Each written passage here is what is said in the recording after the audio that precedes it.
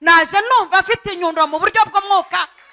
Ubundi ntabwo ubundi reka mbabwire, uwo ngo ni Isiha Rusahuzi yaje mu buzima bwawe, yaje gusahura ejo hawe. Isiha Rusahuzi, toka she toka. Twirukanye abasore b'amasiha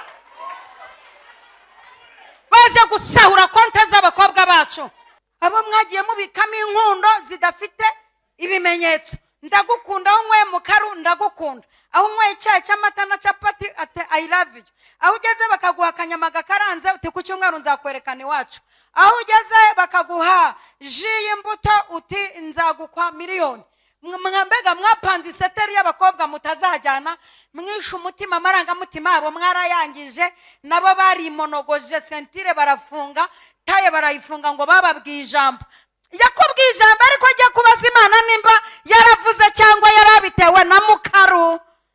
Hanze hari abagabo babuze iyo bajya basashatse amasadunda, kandi ugasanga isadunda igira Bibiliya n'igitabo cy'indirimbo, ugasanga izinduka ijya kuramya ahambanati amapfajya cyana bagahambanati kabisa. Mapfajya cyana wataha ugasanga umugore arakanura nk'inzoka y'imbarabara bakubise bagahusha.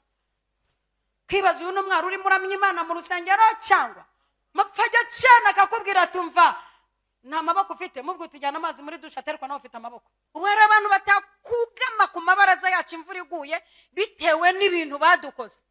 Ubu hari abantu batapfundura sitoro mu bukwe bwawe ngo bayinywe bitewe n'uburyo bishe ubukwe bwawe. Ariko nabanye n'abagira umutsi barazinywa no kuri bife bakajyaho mbere y'abandi. Sinita kuwa nzinze, nitaye kwizingura. Haleluya. Sinita kumvuga, nitaye kuyamvuga. Haleluya.